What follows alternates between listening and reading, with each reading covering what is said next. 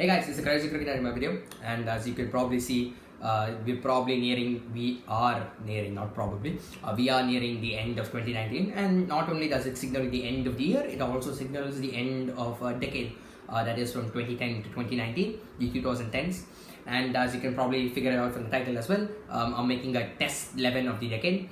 And you could probably say that stats say that this has actually been the decade of the ODIs, so it'd be more fitting to an ODI. But being the pure cricket fanatic I am, and I won't say pure, sorry, being the proper cricket fanatic I am, and Test cricket is like the proper form of cricket. It's always good to do Test cricket. Maybe next decade onwards you'll see maybe more T20 11s come up, but you can't exactly say that for T20s now, considering that T20s only started going around 2012. They got their kickstart only in 2012. I mean, the IPL was around, but nothing else. Very important factors that you need to consider while doing 11 of the decade is because you're taking 10 years into notion. You got to make sure that you remove recent bias, and recent bias takes up a very big chunk. The fact that you need to remove recent bias, and it's up to you guys to decide whether I have done a very good job of it.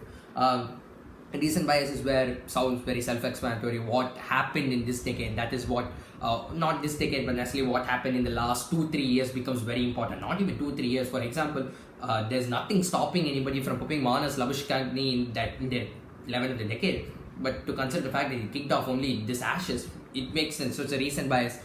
At the same time, there's also nostalgic bias. You would put Jack Callis in because he was a legend, but did he do well in the decade? No. So similar with Tendulkar. Tendulkar was as bad as he would get in this decade, but he's an all-time legend. So it becomes very important there. And there are also kind of players who started out very well at the start of the decade, but they're very teed off. Or there's one literal legend in there who started out as a leg spinner and now is competing with Don Bradman for averages and batting records, and it's none other than Steve Smith. So it becomes very important. So depends on how your team's going to work. So we'll just jump straight into it. My openers are fairly straightforward. Alistair Cook and David Warner.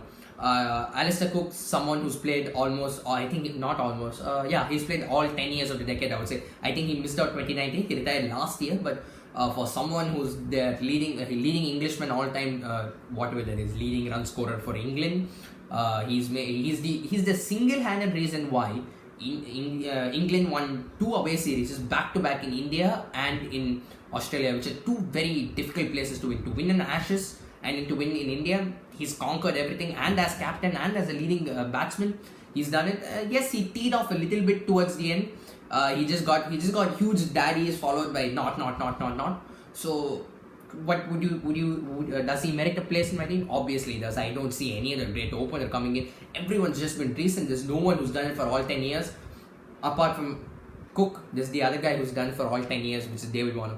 2011 to 2019, debuted in 2011. And the major thing is he didn't miss that 1 year due to a ban. But has he made up for lost ground? He definitely has.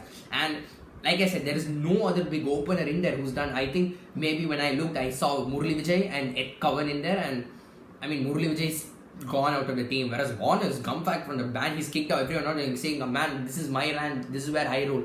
He's still a home track bully, but he gets off to quick starts, which is what I basically need.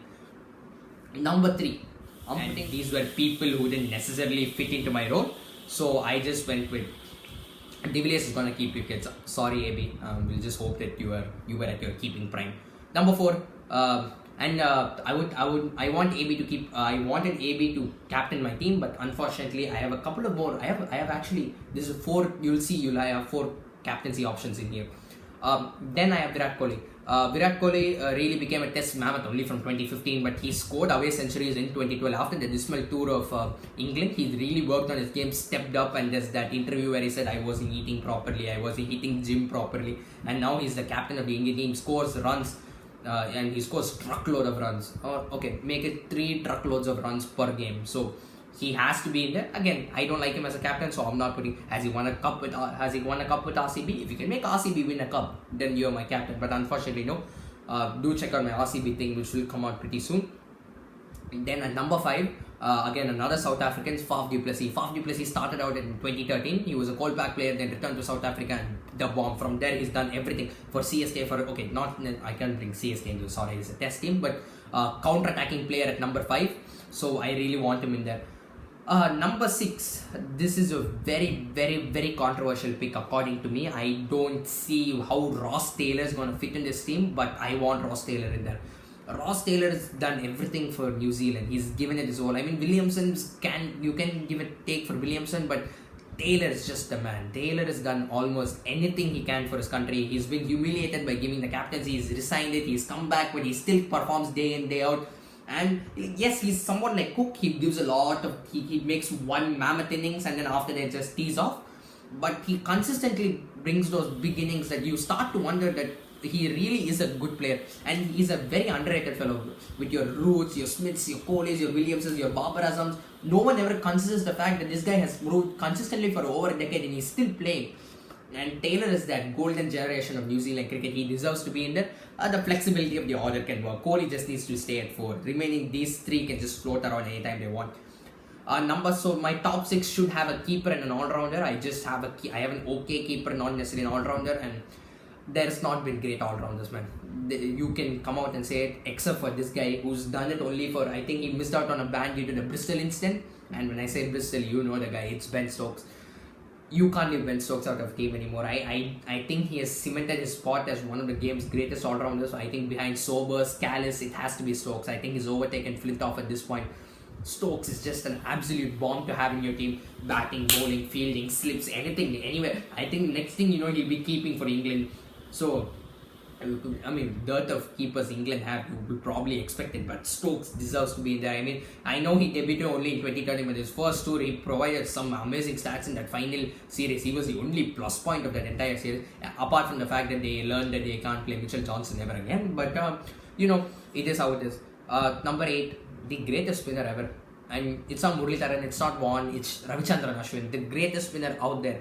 And he exactly debuted in 2010. So he's played the entire part of the decade, and had it not been for Kohli, Ashwin have been the big. Ashwin have, by now overtake Kapil Dev. Unfortunately, Kohli's obsession with paces still continues, so Ashwin can't do it. But Ashwin is just he's done it overseas. I mean, the first overseas tour was bad, but the second half he's really made up for it. He just takes lumps of wickets. If Kohli is scoring truckload of runs, this guy is taking truckload of wickets. I mean, the maximum you can take is 20, and I won't be surprised if this guy gets 20 very soon. A very innovative thinker. You don't need words to describe his thinking, but Ashwin deserves a spot in there. Number 9, I had a huge toss-up. James Anderson or Vernon Philander. Should I give it to Vernon Philander because he was retiring? That's why you remember. And that's where I remember. No nostalgia. James Anderson. Leading fast bowler in leading fast test wicket taker. You don't ignore him for no reason, and he's done it. Yes, some people will say he's a medium pacer outside England. If he's a medium pacer outside England, he couldn't have won you a series in India. Albeit it was more Cook, Swan, Panesar. Anderson, if Anderson hadn't held up, Swan and Panesar would have never got anywhere in life, India would have easily clinched the series. Neither would Australia lost the Ashes. Anderson was a key reason why England won the Ashes in the 2010-11. Anderson deserves a spot in my team. And at number 10, I have Kagiso Rabada. Again, you might say it's a bit recent bias, but no, actually he's not. I mean, I had a toss-up between Steyn and Rabada. Steyn was good for the first half of the decade. Rabada was good for the second half. I want a young gun in there. Rabada takes that spot for me. I mean, Rabada is a very good player, and I mean, he's just the best going around. Number 11, I had a huge toss-up because I had Stokes giving me overs. I have Stokes giving me overs. I have Rabada. I have Anderson, and Anderson never seems to tire. Ashwin can hold an end up. I decided I want an attacking-minded spinner in there, and this is going to be extremely controversial. I can clearly see it coming. I decided to go for Yasir Shah. Yasir Shah started out in 2014. I mean, he's been consistently making it in the test teams of the years for quite some time now. For last 3-4 years, he's been good. My other toss-up was also a Pakistan spinner. It was Saeed Ajmal. Now that would have been extremely controversial. I put him in my team, but Yasir Shah, I think, should get away. I don't see why he's a top class spinner. He just doesn't have a googly, but apart from that, he's a top-class spinner, except for the fact that he gets trashed every time he goes to Australia. So when we go to Australia, maybe this Test 11 can pick some of their Australian people. You need good people. Johnson's good in Australia. Johnson, the reason I didn't pick Johnson was the only good thing he did in the decade was that Ashes. He's not done anything apart from the Ashes. He was in terrific form that Ashes and that West Indies series that followed. But after that, Johnson hasn't done anything. But anyway, this is my team. I'll just round it up for you. Cook and Warner taking on the new ball. Virat Kohli 3, AB de Villiers 4, Faf du Plessis 5, Ross Taylor 6. These 4 can just swap it around anytime. One Ben Stokes 7. He's playing 2 down late. So, but depends. I just want him to go tee off and he gets a Ashwin 8. He's got Ashwin for company. Kagiso Rabada 9, James Anderson 10, and Yasir Shah in at 11. Anyway, thank you guys so much for watching. This is my test 11 in the decade, and like I said, there'll be a lot more auction report cards coming out. Hopefully, I should be able to do it with a little bit of consistency. Thank you guys so much for watching. Please leave a like, don't forget to subscribe. See you next time. See ya.